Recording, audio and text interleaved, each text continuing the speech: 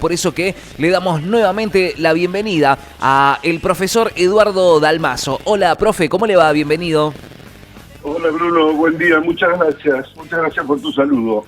Bueno, profe, se acerca una fecha sumamente compleja, sensible, ¿no? Para la memoria del argentino, que tiene que ver con este próximo miércoles, con este 2 de abril, que, vuelve casi cada año a reabrir, ¿no? Esa herida que está latente y vigente a pesar con el paso de los años.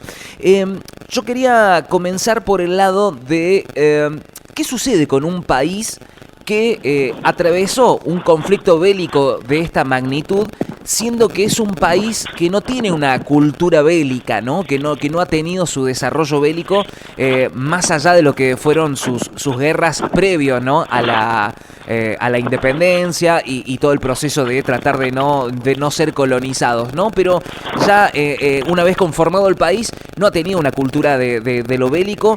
¿Cómo se recupera un país luego de lo que fue también, ¿no? La guerra de Malvinas. Bueno, sobre las Malvinas hay un juicio dirigido por un general Rattenbaus, un general de muchísimo prestigio, donde enjuicia a los generales y los que comandaron el desembarco en Malvinas. Que dicho sea paso para la audiencia, eso estaba gestado como una posibilidad hace mucho tiempo dentro del gobierno militar.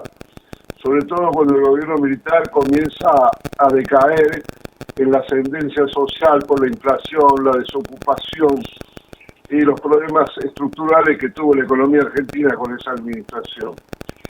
Las Malvinas es un fenómeno interesante porque es uno de los factores que nos une. Es como que una sociedad dividida, como se manifiesta políticamente la Argentina, encuentra en algunos hitos, en algunos elementos, un sentido de unidad que no la encuentra en otros, ¿no? La Malvina es uno de esos. Qué sé yo, la selección nacional es otra, o el fútbol. Sí. Es una Argentina que fue aluvional a principios del siglo XX y va encontrando modelos que le permitan sentir el concepto nacional o el concepto de Estado, que no lo logra a través de otros factores. La Malvinas fue una épica mal gestada por los generales para salvar su pellejo, en el cual encontraron la adhesión del conjunto de la sociedad, porque la sociedad necesita elementos de unión, necesita por lo menos saber que en determinadas cosas todos vamos hacia un mismo lado. Pero fue un engaño y fue un sacrificio de jóvenes, y lo que es peor, se retrocedió en la posibilidad de soberanía de las islas, que fíjese, Bruno, que la administración radical de Ilía fue la que más avanzó entre Naciones Unidas en el concepto internacional para lograr la posibilidad de rescatar las Malvinas. En síntesis, el miércoles sería una jornada de recuerdo de cómo algunas cosas nos unen profundamente, pero a la vez cómo nos han engañado en una gesta que no teníamos ninguna posibilidad de ganar. Era pelear contra la OTAN. Argentina peleando contra la OTAN.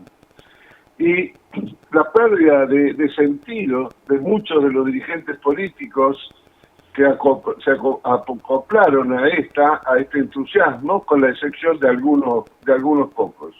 Siempre caigo en el problema de la debilidad de estos referentes. Pero es un sentimiento en el cual los que cayeron, los soldados que cayeron, los oficiales que cayeron, digamos, deben merecer nuestra memoria y respeto.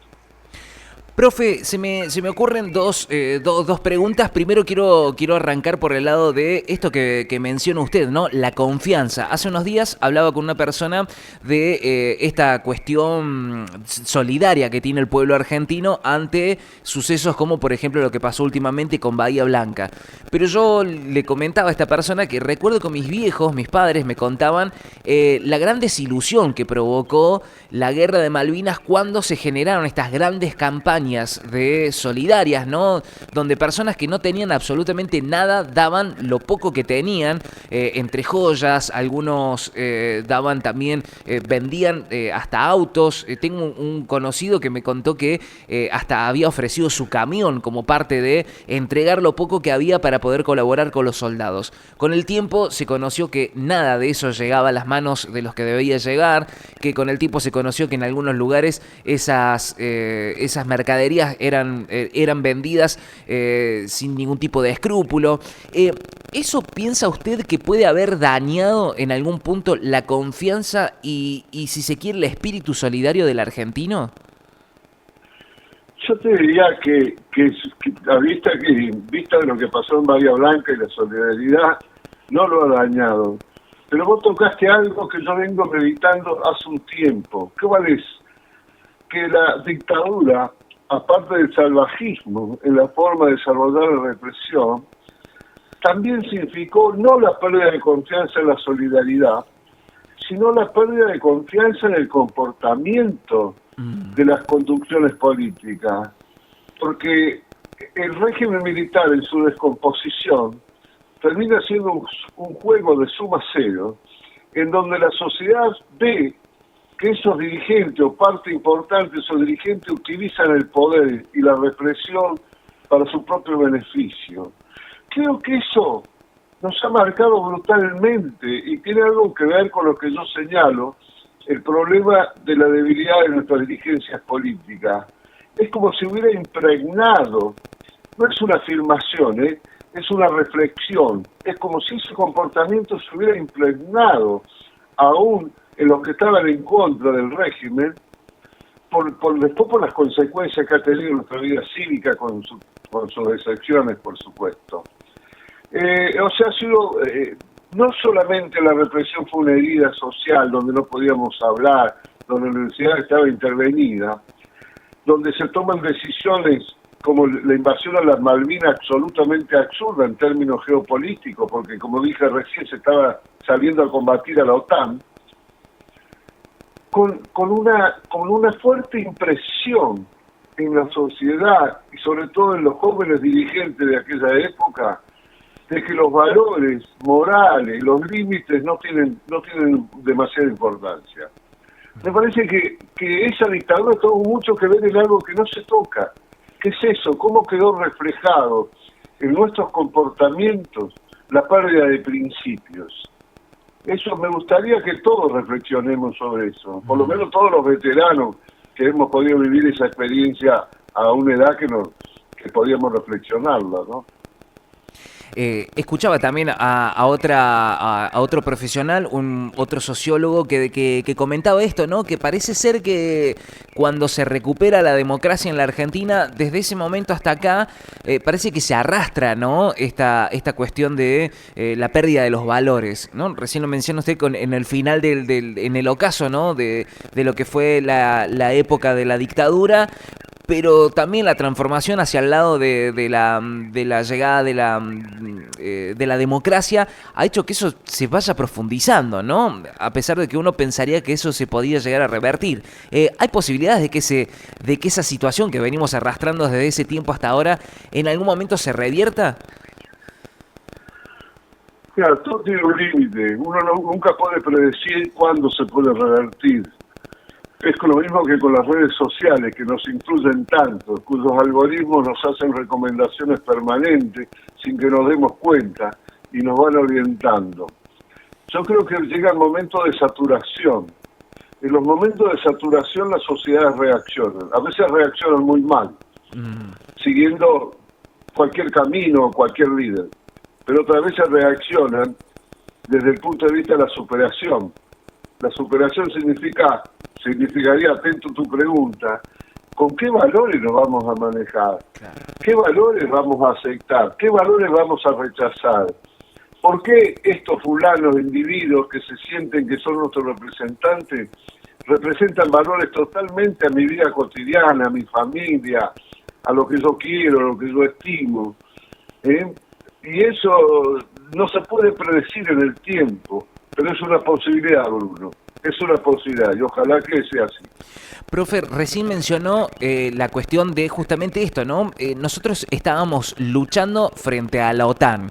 Cuando yo veo las últimas gestiones que se han hecho a nivel internacional por parte de la República Argentina y la alianza que se genera y la adhesión que se genera ante determinadas cuestiones, no solamente comerciales, sino también hasta en algún punto que tiene que ver justamente con cuestiones bélicas en otros países, siempre lamentablemente veo este alineamiento con países que están justamente insertos en la OTAN.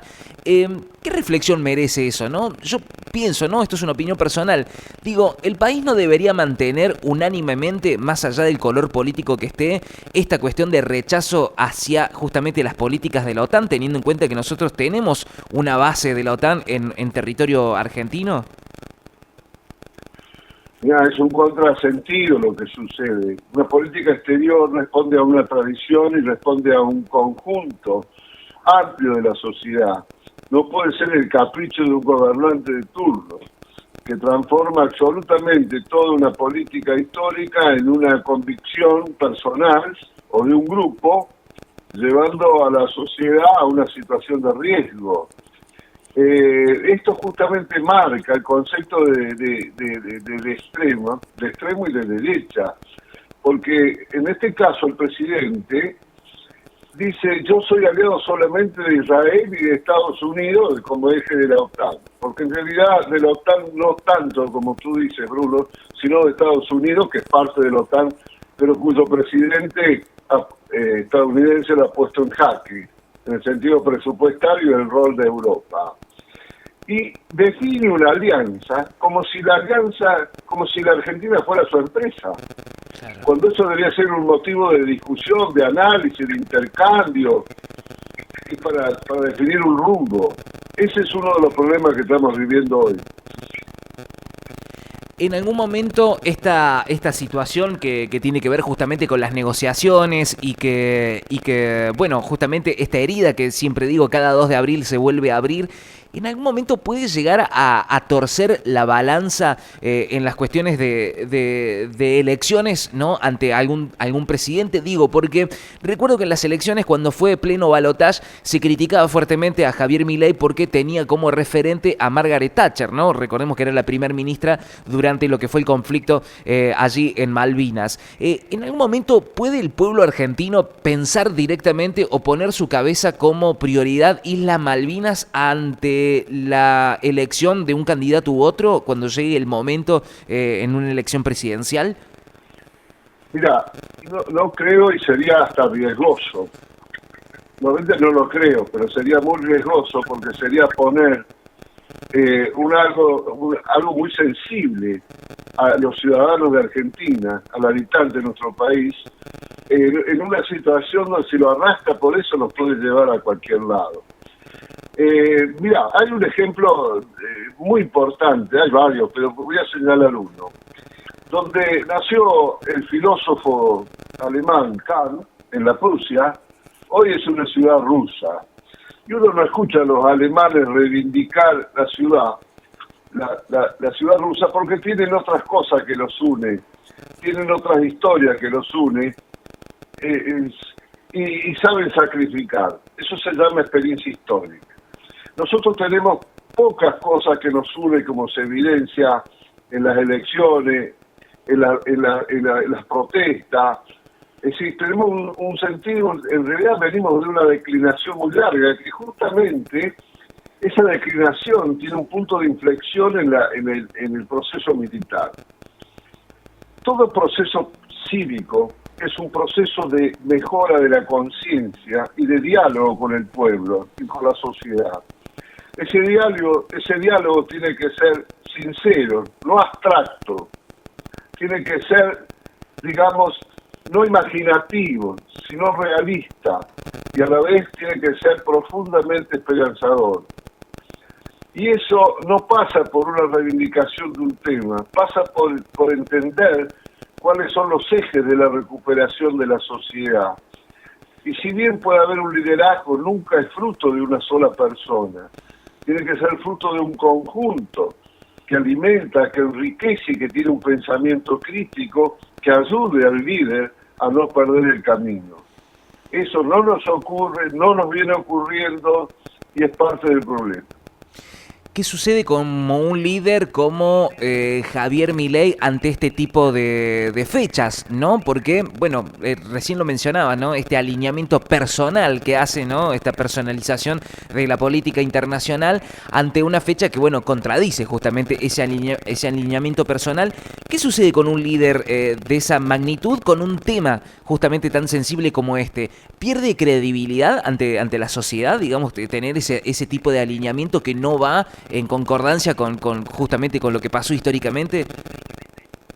En realidad va a tratar de evitarlo, va a ser una misión en escena muy simple, porque en realidad me parece a mí que Milei encarna el pensamiento financiero de la City, es un hombre criado dentro de las finanzas, con ideas extremas en materia de economía, donde trata de eliminar el Estado, cuando el Estado es el único que puede regir el comportamiento de una sociedad y de sus componentes. Creo que su admiración por Thatcher puede ser legítimo en términos de la personalidad de Thatcher, pero lo va a poner en una situación comprometida. Creo que él se expresa siempre en términos de extremos, aunque después en la práctica haga lo contrario, como ya he señalado en materia de economía, donde está controlando el tipo de cambio con un altísimo costo para la sociedad en términos de evasión de dólares, en términos de endeudamiento. También he señalado, creo en la reunión anterior, el fracaso reconocido al tener que acudir al Fondo Monetario para salvar la ropa, que no es gratis y que significa un altísimo costo para el pueblo y para los que menos tienen. No quiero, digamos, señalar más que no creo que sea su problema la reivindicación de la Malvinas. Creo que en este caso, por su filosofía, no lo es, aunque pueda quizás expresarlo por motivos políticos en las próximas elecciones. Profe, ¿alguna reflexión final que nos quiera regalar con respecto justamente a esta fecha? Yo siempre lo pienso desde el lado, durante un tiempo lo pensaba, ¿no? Hasta que pude cruzarme con un veterano y que me dijo esto, ¿no? Yo durante un tiempo sostenía que eran víctimas, ¿no? Los veteranos y soldados que estuvieron participando, que eran víctimas de un gobierno que, bueno, los usó como carne de cañón. Y esta persona me dijo, mira, no somos víctimas, nosotros fuimos sabiendo en qué nos enfrentábamos, nosotros teníamos nuestro coraje acá, a cuesta, y con eso fuimos. Yo creo que nosotros hemos sido conscientes, esta persona me decía, éramos conscientes a lo que nos enfrentábamos, pero jamás pensábamos que la realidad iba a ser tan distinta a esa conciencia que tenían en ese momento. Como reflexión final quería preguntarte, profe, si esto, si realmente fue así, si han sido víctimas, si son héroes como los nombramos formalmente, ¿no? Como héroes. ¿Qué reflexión merece esta forma de reconocer a los veteranos de Malvinas? Yo personalmente creo que han sido héroes, muchos de ellos muy jóvenes, murieron muchos.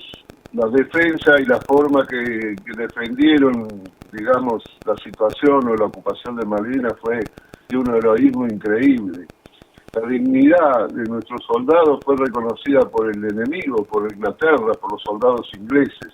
Múltiples, digamos, declaraciones al respecto.